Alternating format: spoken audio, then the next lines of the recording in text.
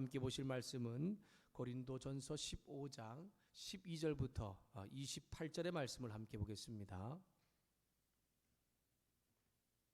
고린도전서 15장 12절부터 28절의 말씀을 함께 보겠습니다. 제가 가지고 있는 성경책으로 신약성경 282쪽쯤에 있습니다. 고린도전서 15장 12절부터 28절의 말씀을 우리 함께 교독하겠습니다. 제가 먼저 12절 말씀을 읽겠습니다. 그리스도께서 죽은 자 가운데서 다시 살아나셨다 전파되었거늘 너희 중에 어떤 사람들은 어찌하여 죽은 자 가운데서 부활이 없다 하느냐. 만일 죽은 자의 부활이 없으면 그리스도도 다시 살아나지 못하셨으리라. 그리스도께서 만일 다시 살아나지 못하셨으면 우리가 전파하는 것도 헛것이요 또 너희 믿음도 헛것이며 또 우리가 하나님의 거짓 증언으로 발견되리니 우리가 하나님이 그리스도를 다시 살리셨다고 증언하였습니다. 만일 죽은 자가 다시 살아나는 일이 없으면 하나님이 그리스도를 다시 살리지 아니하셨으리라. 만일 죽은 자가 다시 살아나는 일이 없으면 그리스도도 다시 살아나신 일이 없었을 터이요 그리스도께서 다시 살아나신 일이 없으면 너희의 믿음도 헛되고 너희가 여전히 죄 가운데 있을 것이요 또한 그리스도 안에서 잠자는 자도 망하였으리니 만일 그리스도 안에서 우리가 바라는 것이 다만 이 세상의 삶뿐이면 모든 사람 가운데 우리가 더욱 불쌍한 자이리라. 그러나 이제 그리스도께서 죽은 자 가운데서 다시 살아나사 잠자는 자들의 첫 열매가 되셨도다. 사망이 한 사람으로 말미암았으니 죽은 자의 부활도 한 사람으로 말미암는도다. 아담 안에서 모든 사람이 죽은 것 같이 그리스도 안에서 모든 사람이 삶을 얻으리라. 그러나 각각 자기 차례대로 되리니 먼저는 첫 열매인 그리스도요 다음에는 그가 강림하실 때에 그리스도에게 속한 자요 그 후에는 마지막이니 그가 모든 통치와 모든 권세와 능력을 멸하시고 나라를 아버지 하나님께 바칠 때라. 그가 모든 원수를 그 발 아래에 둘 때까지 반드시 왕노릇 하시리니 맨 나중에 멸망받을 원수는 사망이라.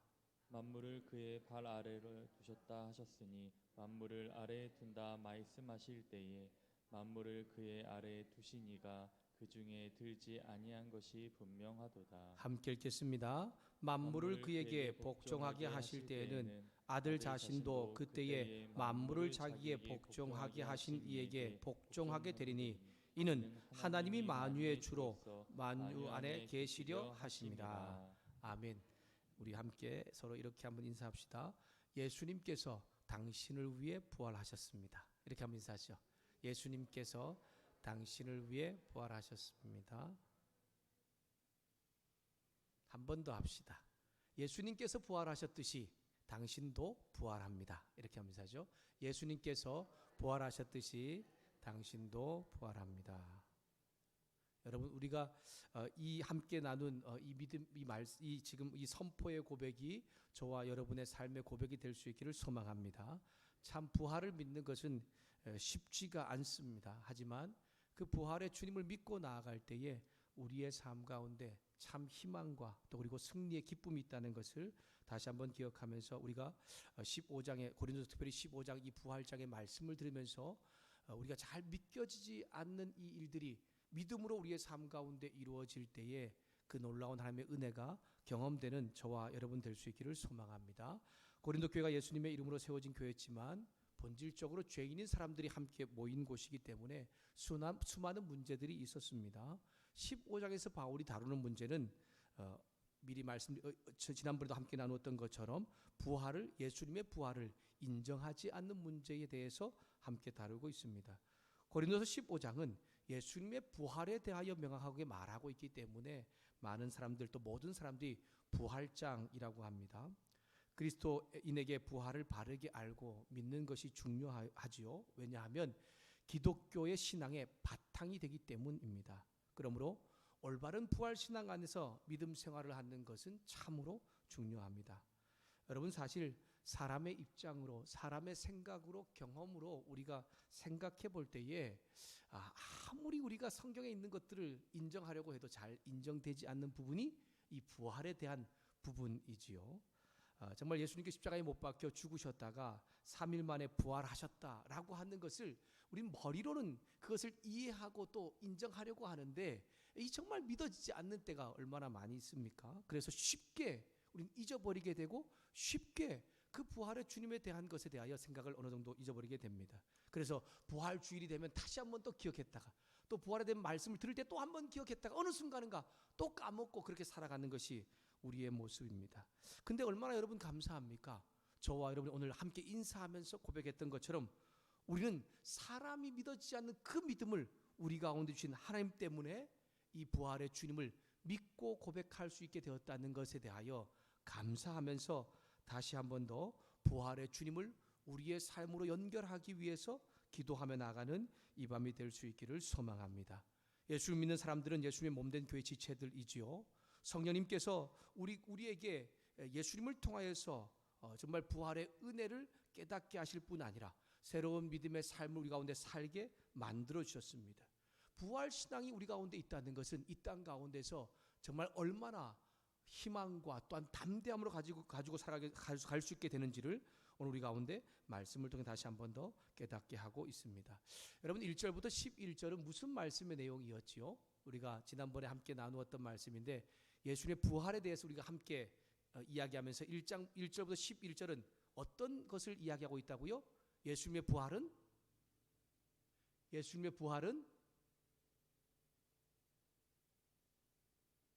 뭐라고요?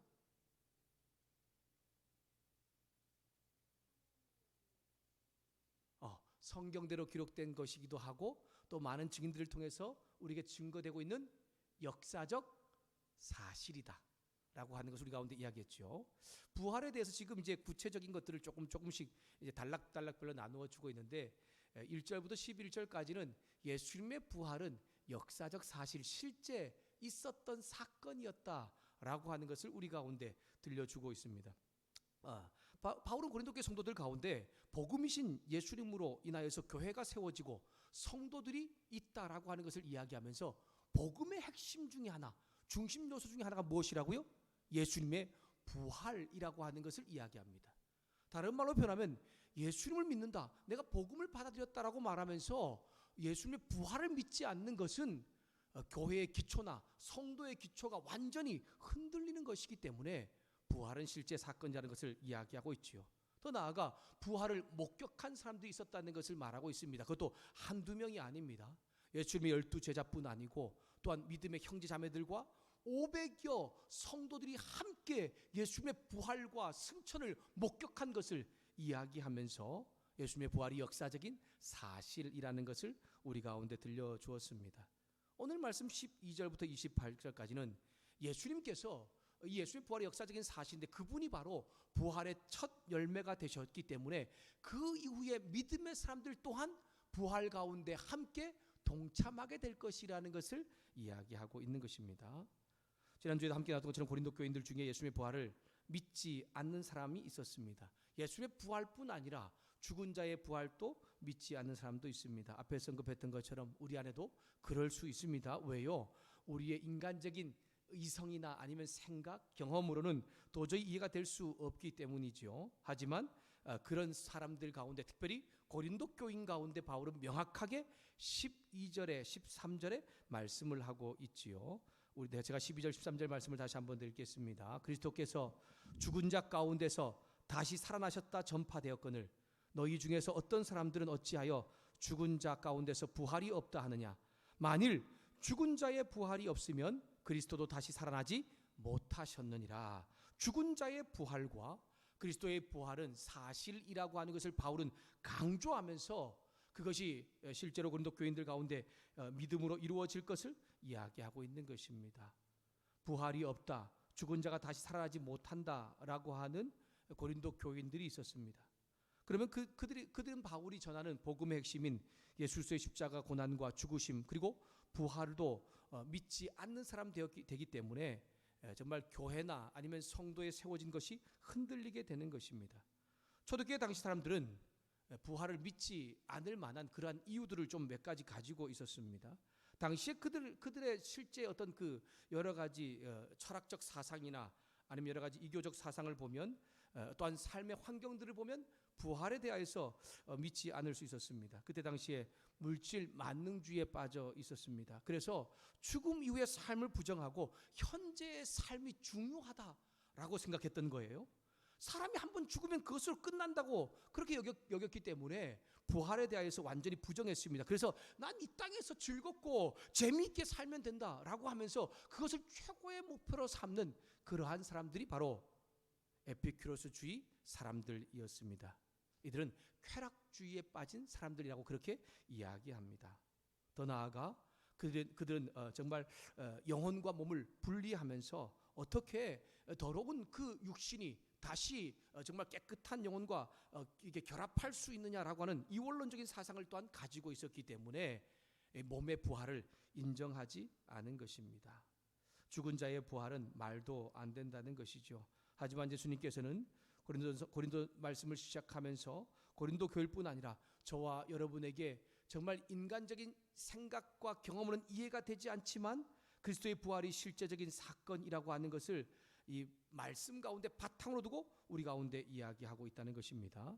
6장 14절에 함께 보았던 것처럼 하나님이 주를 다시 살리셨고 또한 그의 권능으로 우리를 다시 살릴 것이다 라고 말하면서 예수 믿는 성도는 그리스도와 하나 된 사람이기 때문에 그리스도께서 부활하신 것처럼 믿음의 성도들도 반드시 부활하게 될 것이라는 것을 이야기하는 것이죠. 사랑하는 여러분, 만약 죽은 자의 부활 또한 예수님의 부활을 믿지 못한다면 여러분 기독교 신앙은 없는 것입니다. 우리가 신앙이 흔들리는 것 자체가 문제가 아니라 기독교의 진리가 완전히 없어지는 것이기 때문에 우리가 믿는 믿음은 정말 무의미한 것이 되지요. 그것에 대하여 바울은 가장 먼저 우리 가운데 언급하고 있습니다. 고린도 교인들 가운데 오늘날 예수 믿는 성도들 가운데 죽은 자의 부활과 예수의 부활을 믿지 않게 되는 경우에 생기게 되는 문제가 있다라고 말하면서 가장 첫 번째 이야기하는 것이 무엇입니까? 믿음이 헛것이다 라고 하는 것입니다. 여러분 우리가 지금 믿는 이 믿음 이것이 헛된 것이라는 것이죠. 우리 14절 15절 말씀을 함께 읽도록 하겠습니다. 우리 14절 15절 말씀 같이 읽습니다. 시작.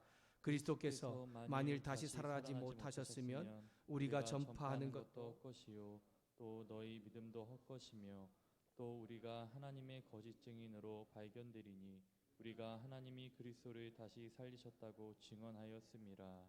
만일 죽은 자가 다시 살아나는 일이 없으면 하나님이 그리스도를 다시 살리지 아니하셨느니라. 아멘. 계속해서 2절부터 19절까지 반복되는 단어가 헛것이다 라고 하는 단어입니다. 헛것이라는 것은 빈손, 텅 빈, 열매 없는 이라는 뜻으로 성경 가운데 사용되었습니다. 아무것도 남는 것이 없는 공허한 상태를 의미합니다. 바울이 전하는 복음은 예수님의 십자가의 고난과 죽음 그리고 부활을 믿음으로 구원받는 백성 될 수 있다, 하나님 나라 자녀가 될 수 있다라고 하는데 이러한 복음도 헛것이고 전하는 것도 헛된 것이라는 것입니다. 아무런 알맹이가 없는 허공을 치는 메아리 같은 소리가 된다는 것을 말하고 있는 것이죠. 예수님께서 부활하지 못하시고 무덤에 계속 머물러 계신다면 바울뿐 아니라 초대교회 믿음의 선배들이 목숨 걸고 지킨 모든 믿음, 또 오늘까지 있으면서 역사 가운데 정말 그 믿음을 지켰던 모든 믿음의 선배들, 또한 오늘 우리가 이 자리에 앉아서 예배를 드리면서 내가 믿는다고 하는 그 모든 것도 헛것이며 거짓말이 된다는 것을 우리 가운데 이야기하고 있는 것입니다. 오늘 예수 믿음으로 구원받고 하나님 백성 또한 믿음의 성도가 된 여러분, 예수의 부활은 실제적인 우리의 삶에 일어나는 일이라는 것을, 또한 우리 영적으로 우리 삶 가운데 일어난 일이라는 것을 여러분 다시 한 번 더 기억하면서 그 부활의 주님을 증거할 뿐 아니라 함께 믿음으로 사는 일 가운데 잘 세워져가는 저와 여러분 될 수 있기를 소망합니다. 우리의 믿음이, 또한 우리의 실제 이 믿음의 삶이 온전하다는 것은 부활의 그 주님을 인정할 때에 가능한 것입니다. 그 주님을 인정하지 않으면 우리의 지금 이런 수고, 애씀, 그리고 전하는 모든 것이 헛된 것일 뿐 아니라 거짓말이 된다라고 하는 것을 이야기하는 것이죠. 16절부터 19절에 성도가 죽은 자의 예수님의 부활을 믿지 않을 경우에 생기는 두 번째 문제가 무엇입니까? 더 심각하게 바울은 이야기하는데 무엇이냐면 죄의 문제를 해결받지 못한다. 다른 말로 표현은 구원받을 수 없다라고 말하는 것입니다. 믿음이 헛것이 될 수밖에 없는 것이 무엇입니까? 예수님의 부활을 믿지 않게 될 때에 우리의 죄의 문제가 해결되지 않고 죄가 고스란히 남아있기 때문에 우리의 어떤 구원도 전혀 헛것이 된다라고 하는 것이죠. 17절 말씀을 우리 같이 함께 잘 읽으면서 나가겠습니다. 17절 말씀 함께 읽도록 하겠습니다. 함께 읽습니다. 시작. 그리스도께서 다시 살아나신 일이 없으면 너희의 믿음도 헛되고 너희가 여전히 죄 가운데 있을 것이요. 믿음이 헛되다라고 하는 것을 죄와 이제 연결해서 바울은 말씀하고 있는 것이죠. 고린도교회 성도들은 복음이신 예수 십자가의 부활과 연관되어져 있습니다. 우리도 동일하죠. 믿는다라고 하는 것은 복음과 또한 예수님의 십자가의 부활과 연결되어 있는 것이죠. 여러분, 예수님의 십자가 복음의 핵심으로 해서 우리 가운데 이루어진 효과가 무엇입니까? 우리의 죄의 문제가 해결되었다라고 하는 것입니다. 우리가 알고 있는 것처럼 모든 사람들은 본질적으로 죄인으로 태어납니다. 그 죄의 문제를 해결하기 위해서 예수님께서 이 세상에 오셨고 십자가의 고난을 당하셨고 또한 3일 만에 부활하셨습니다. 누구든지 예수님 믿음으로 인하여서 죄 사함 받고 하나님 자녀 될 수 있게 된 것이죠. 그런데 여기 예수님의 부활이 없다라고 한다면 그 부활이 믿어지지 않는다면 우리는 어디 가운데 계속 있게 된다고요? 죄 가운데 계속 있는 사람이 된다는 것입니다. 그 말은 무엇입니까? 너희는 죄인의 상태에 계속 있다라고 하는 것을 의미하고 있는 것입니다. 예수님 믿는다라고 하면서 부활은 믿지 않으면서 내 죄 문제가 해결되었다가 말하는 것은 여러분 그건 착각입니다. 나의 착각이라고 하는 것입니다. 예수님 부활이 없다면 믿음의 대상인 예수님도 헛것이 되는 것입니다. 그러므로 예수님 십자가의 죽음과 부활을 통해서 우리 가운데 이뤄진 죄 용서도 무효가 된다는 것이죠. 죄의 문제를 해결하지 못한 죄 가운데 살다가 결국 죽게 됩니다. 무엇을 믿지 않으면요? 예수님의 부활을 믿지 않으면. 예수님의 십자가의 고난을 당하시고 죽음 이후 부활을 경험하지 못했던, 그 부활을 인정하지 못했던 여러분 엠마오로 가는 두 제자의 모습이 처음 어떠했습니까? 슬픔과 고통에 잠겨 있다라고 하는 것을 우리 가운데 말하고 있지요. 부활을 믿지 않는 교회와 성도들, 그들이 예수 믿는다, 나는 믿음을 가지고 있다 말하여도 그들의 삶 가운데 죄의 문제가 해결되지 않기 때문에 여전히 슬픔과 고통이 떠나지 않는 소망 없는 절망의 상태에 살 수밖에 없게 된다는 것을 말하고 있는 것입니다. 렌스키라는 신학자가 이 본문에 대하여 부활이 없다면이라고 하면서 이렇게 말하고 있습니다. 너희가 여전히 죄 가운데 있다는 것은 마치 죽음의 사자가 우리를 물어 갈기갈기 찢어놓듯 우리의 모든 죄가 우리를 둘러싸고 압박하고 있는 것을 의미한다 라고 말하고 있습니다. 죄로 인한 고통과 죄로 인한 슬픔과 죄로 인한 여전한 그 아픔이 우리의 삶 가운데 계속해서 남아있다라고 하는 것이죠. 성도들 가운데 이런 일이 일어나고 있다라고 하는 것입니다. 결론적으로 18절과 19절에 부활이 없다면 이 세상에서 예수님 안에 사는 모든 사람이 가장 불쌍한 사람이다 라고 말합니다. 가장 불쌍하다라고 하는 것은 최상급이지요. 그보다 더 비참할 수 없다, 그보다 더 안타까울 수 없다라고 하는 것이 정말 이 말씀인데 조롱과 비난이 섞인 말입니다. 죽은 사람이 부활하는 것에 대하여 믿지 않는데 헌신이 무슨 소용이 있느냐? 죽은 사람의 부활에 대해서 예수님 부활에 믿지 않는데 봉사가 무슨 소용이 있느냐? 죽은 사람의 부활에 대해 예수님 부활에 믿지 않는데 넌 참 불쌍한 사람이다라고 그렇게 지금 바울은 우리 가운데 말하고 있는 것입니다. 예수님 안의 부활 소망은 죽음이 끝이 아니라 죽음 이후에 더 큰 소망으로 나아가게는 하나의 과정입니다. 현재를 뛰어넘어 하나님 나라의 미래를 보게 할 뿐 아니라 부활을 통하여서 정말 비참한 인생이 아닌 참된 또한 기쁨과 회복의 인생으로 만들어주고 있다는 것을 우리 가운데 이야기하고 있는 것입니다. 사랑하는 여러분, 예수님께서 저와 여러분을 위해 십자가 고난을 당하시고 죽으셨을 뿐 아니라 죽음의 권세를 깨뜨리시고 3일 만에 부활하심으로 잠자는 자들의 첫 열매가 되셨고 모든 사람의 죄의 문제를 해결해 주셨으며 희망과 기쁨을 주셨다는 것을 다시 한 번 더 기억하면서 믿음으로 사는 저와 여러분 될 수 있기를 주님의 이름으로 부탁합니다.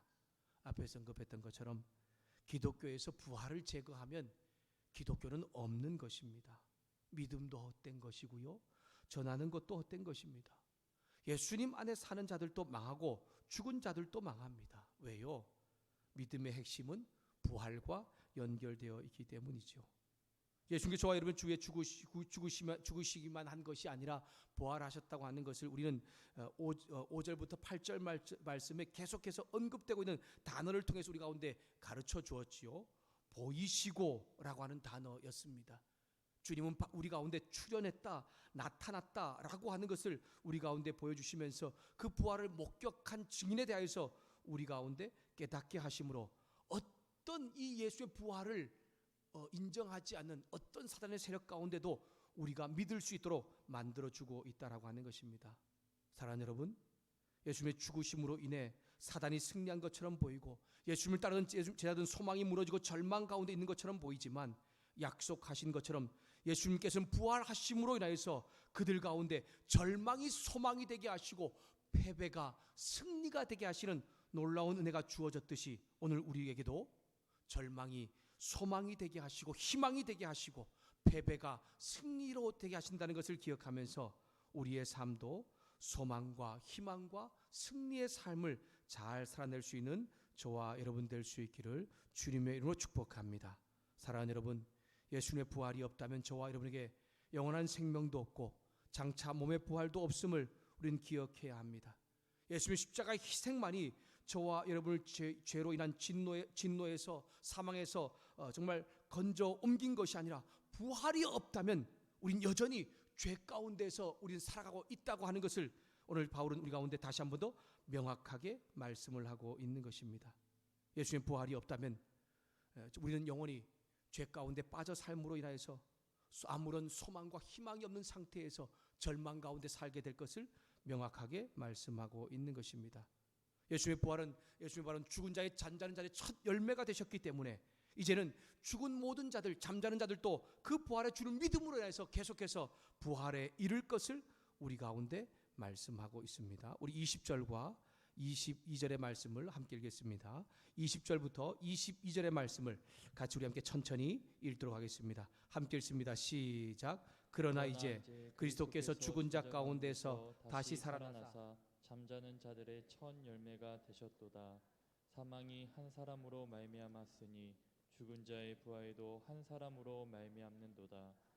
아담 안에서 모든 사람이 죽은 것 같이 그리스도 안에서 모든 사람이 삶을 얻으리라. 아멘.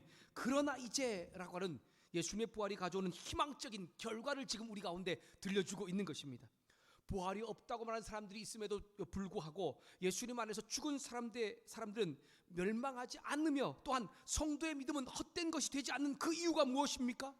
예수님께서 바로 잠자는 자들의 첫 열매, 죽은 자들 가운데서 부활하셨기 때문이라는 것을 우리 가운데 들려주고 있는 것입니다. 여기 첫 열매는 첫 수확 또한 그 처음 익은 것을 바치는 것을 말합니다. 예수님께서 부활의 첫 열매가 되셨다라고 하는 것은 그 다음 추수할 것, 그 다음 열매도 있다는 것을 의미하고 있는 것입니다. 궁극적으로 다가올 죽은 자들의 부활, 믿는 자들의 부활을 미리 우리 가운데 알려주고 있는 것입니다. 사랑하는 여러분, 주님의 부활로 인하여서 우리에게도 그 부활의 역사가 나타난다는 것을 기억하면서 예수님 믿는 것 때문에 이 땅 가운데 박해받고 또한 수치와 모욕을 당한다 하더라도 그 부활로 인한 견딤과 정말 이겨냄의 삶이 우리 가운데 이루어질 수 있게 된다는 것입니다. 부활의 주를 믿는 사람은 부활의 생명력이 이 세상을 살아가는 원동력이 되고 희망이 되는 것입니다. 독일의 몰트만이라는 신학자는 희망의 신학이라고 하는 것으로 널리 알려진 사람입니다. 그분의 글에 이런 글이 있습니다. 부활은 신앙에 보이지 않는 기초다라고 말합니다. 부활은 보이지 않는 신앙, 보이지 않는 믿음의 기초라고 하는 것이요. 부활의 신앙이 예수님 믿는 사람들을 강하게 할 뿐 아니라 세상의 절망에서 희망으로 살아가게 만든다는 것을 이야기하고 있는 것입니다. 사랑하는 여러분, 저와 여러분을 위해 예수님께서는 부활하셨습니다. 그 부활의 주님의 은혜를 늘 믿음으로 고백함으로 인하여서 절망 가운데 있는 이 땅 가운데 희망으로 살아갈 뿐 아니라 패배와 또한 정말 고통 가운데 있는 이 땅 가운데 승리자의 삶을 잘 살아낼 수 있는 우리의 삶, 우리 가정과 우리 교회가 될 수 있기를 주님의 이름으로 축복합니다. 말씀을 마무리하겠습니다. 성도 여러분, 예수님의 부활은 그저 꾸며낸 이야기가 아니고 역사적인 사실입니다. 저와 여러분 예수님 믿음으로 구원받아 하나님 자녀 백성 될 수 있었던 것, 그것은 주님의 죽으심만으로가 아니라 부활하심으로 우리 가운데 이루어졌다는 것을 우리는 기억해야 합니다. 주님의 죽으심과 부활을 통하여서 우리가 그 예수님 믿을 수 있는 은혜를 허락해 주셨고, 우리의 믿음도 헛것이 아니라 참된 것이 될 수 있고, 부활의 주님에 대한 소망과 희망과 기쁨 가운데 이 땅에 살 수 있는 것입니다. 우리에겐 더 이상 부활의 주님 때문에 절망이 아닌 희망의 삶, 소망의 삶으로 살 수 있습니다. 회복되지 않을 것이 없고 기쁘고 즐겁지 않을 것이 이 땅 가운데 없다라고 하는 것을 우리 모두 잘 기억할 수 있기를 소망합니다. 이 세상에서 부활의 확신 가운데 살아감으로 여러 고통과 여러 어려움이 우리의 삶 가운데 닥쳐온다 할지라도 우리는 인내하고 견딜 수 있을 뿐 아니라 결국 절망에서 희망으로, 패배에서 승리자로 나아가게 된다는 것을 기억하면서 그 부활의 믿음으로 이 땅에서 그 희망과 승리의 삶을 잘 살아내는 저와 여러분, 우리 가정과 우리 교회가 될 수 있기를 주님의 이름으로 축복합니다. 기도하겠습니다. 사랑하는 부활의 주님, 주님의 부활이 없었다면 나의 죄 문제도 해결받을 수 없고 패배의식과 절망에서 살 수밖에 없는 인생이라는 것을 알게 하시니 감사합니다. 주님의 부활로 인해 죄의 문제가 해결되었고 참 자유와 해방이 주어졌음을 깨닫게 하시니 감사합니다. 주님의 부활로 인해서 절망에서 희망으로, 패배에서 승리자로 살게 하시니 감사합니다. 이 밤에 기도할 때에 성령님의 은혜로 부활의 주님을 인정할 수 있게 하시고 죄의 문제가 해결됨으로 주어지는 참 자유와 해방을 기뻐하며 노래하며 나아갈 수 있는 믿음의 성도의 삶이 될 수 있도록 주님 축복하여 주시옵소서. 또한 정말 절망에서 희망으로, 패배에서 승자로 살게 하시는 그 놀라운 부활의 역사가 우리 가정과 우리 교회와 조국 교회도 살아나게 하시는 놀라운 은혜도 경험하게 역사하여 주시옵소서. 감사하며 우리를 위해 부활하신 예수님의 이름으로 기도드렸습니다. 아멘. 우리